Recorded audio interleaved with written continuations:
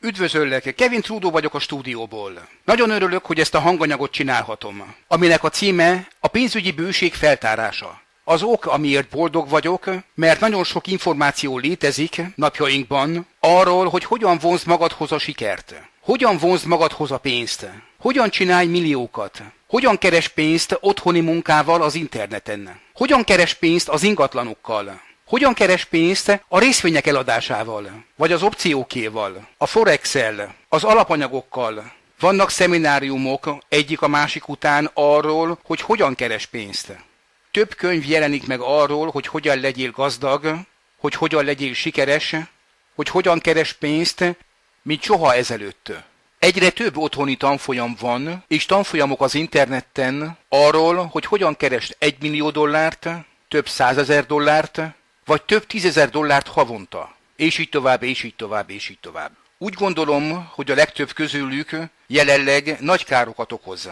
Mert ismerni kell az információkat, és ezek tényleg nem pontosak, és amik, hogy őszinték legyünk ebben az esetben, valójában nem működnek. Tehát szerettem volna elkészíteni ezt a hangfelvételt, hogy megismertessem veled a titkot arról, hogy hogyan lehet pénzt keresni, amiket nem akarják, hogy megtudj. Mert léteznek titkok arról, hogy hogyan keres pénzt. Így a kormányok és néhány csoport nem akarják, hogy az átlagemberek tudjanak róla. És nagyon sok oka van politikailag, ami megmagyarázza, hogy miért. Hogy miért érdeke a kormányoknak, hogy elnyomva tartsanak, hogy adósságban tartsanak, és hogy gyakorlatilag szó szerint rabszolga legyél. Ha odafigyelsz arra, amit mondani akarok, meg vagyok győződve, hogy el tudsz kezdeni keresni több pénzt, amit soha nem hittél volna, hogy ez lehetséges. Szeretnék egy kérdést feltenni neked. Mit tennél akkor, ha a pénz nem lenne kérdéses? Ha a pénz nem számítana? Nyertél a lottón? Mit csinálnál? Egy kicsi ideig gondolkozz el rajta. A pénz nem számít. Egy kicsikét segítek neked. Először, kifizetnéd-e a számláidat? Kifizetnéd-e a hitelkártya adósságaidat? Fogadni mernék, hogy a legtöbben azt válaszolnák, hogy igen. És ettől jól éreznéd-e magad? Valószínűleg jobban aludnál, mint eddig soha az életedben. Ennek a pénznek egy részéből vennél-e néhány aranyrudat, vagy ezüstöt, és egy nagy páncélszekrényt, hogy otthon belerakd őket? Fognád-e a pénzt, ha a pénz nem számítana? És vennél-e egy új autót, vagy többet? Mi lenne az álmaid autói? Újra dekorálnád-e a házadat? Megnagyobbítanád-e a házadat? Vennél-e új bútorokat? Vennél-e egy új házat? Vennél-e egy második házat? Vennél-e másmilyen ruhákat? Elmennél-e üzletekben nézelődni? Vásárolnál-e ékszereket? A férfiaknak akarnál-e egy Rolex karórát? Egy gyémánt karórát? Milyen típusú ékszereket vásárolnál? Cipők. Milyen típusú cipőket vásárolnál? Mit csinálnál, ha a pénz nem számítana? Mit csinálnál? Raknál félre pénzt a gyerekeid tanítására? Gondját viselnéd-e a szüleidnek? Raknál-e félre pénzt a nyugdíjas időkre? Mit csinálnál, ha a pénz nem számítana? Utaznál-e? Hova mennél? Elmennél Hawaii-ra? Elmennél Európába? Párizsba? Londonba? Hova utaznál el? Olaszországba? Elmennél egy hajóútra?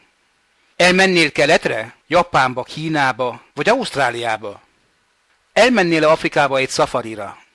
Hova utaznál, ha a pénz nem számítana? Első osztályon utaznál?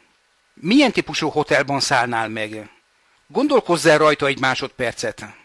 Az oka annak, amiért ezt kérdem tőled, mert ez az első titok ahhoz, hogy hogyan keres pénzt, amit nem akarják, hogy megtudja.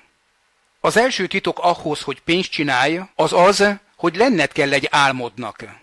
Kell egy ellenállhatatlan vágynak lenni a megvalósításához. A legtöbb ember elmegy ehhez az életbevágóan fontos kérdés mellett. Ime, amit a legtöbb ember csinál. Nem álmodnak.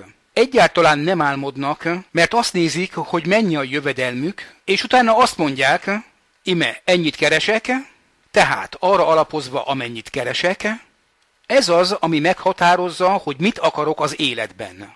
A legtöbb ember a jövedelmét nézi, és a jövedelmükre alapozva meghatározzák, hogy milyen autót akarnak, hogy milyen nyaralásban vehetnek részt. a ruhatípusokat, hogy milyen éttermekbe mehetnek el. Érted? Ez egy titok ahhoz, hogy pénzt csinálj. Ha sok pénzt akarsz keresni, az első dolog, amit csinálnod kell, és meg kell, hogy csináld. Ez nem opcionális. Meg kell, hogy határozd az álmodat. Más módon, meg kell, hogy határozd, hogy mit akarsz. És egy ellenállhatatlan vágyadnak kell lenned a megvalósításához. Ellenállhatatlan vágyadnak kell, hogy legyen. És ezt végül is nem én találom ki. Ez valóságban megjelent egy könyvben, aminek a címe a Siker 16 lépésben. Napoleon Hill-től. És a következő könyvében, amit úgy hívnak, hogy gondolkodj és gazdagodj. Na most ki Napoleon Hill? Napjainkban sajnos a legtöbb ember soha nem hallott róla.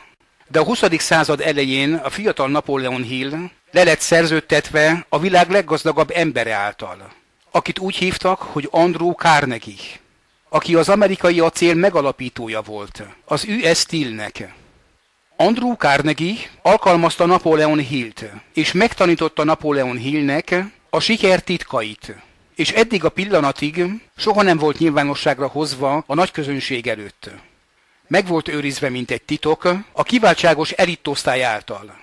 Andrew Carnegie tanította ezeket a siker alapelveket Napoleon Hillnek, és bevezette azokhoz a személyekhez, akik abban az időben a legsikeresebbek voltak.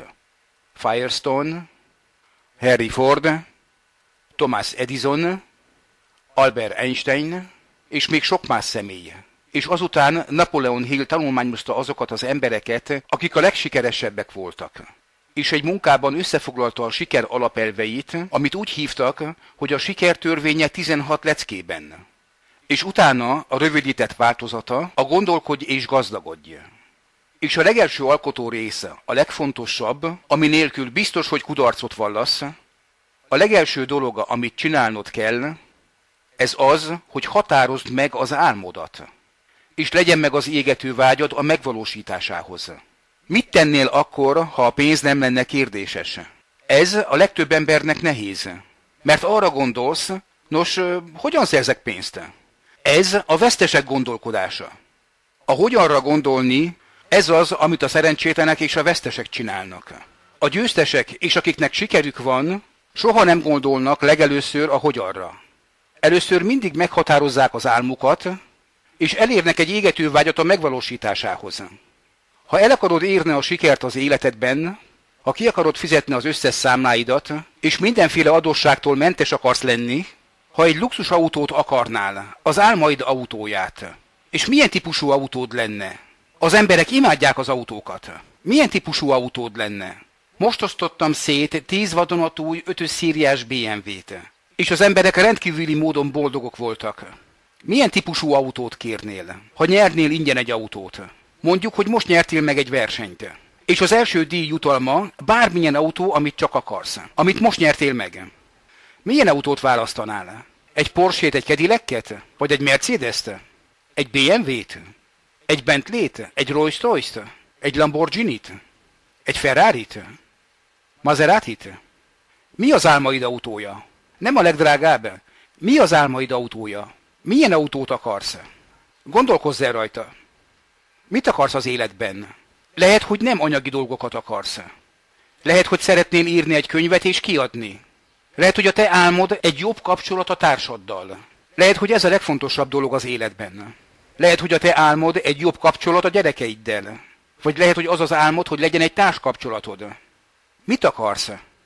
Lehet, hogy egy jobb munkát akarsz? Lehet, hogy jobb munkahelyi körülményt akarsz. Mi az álmod?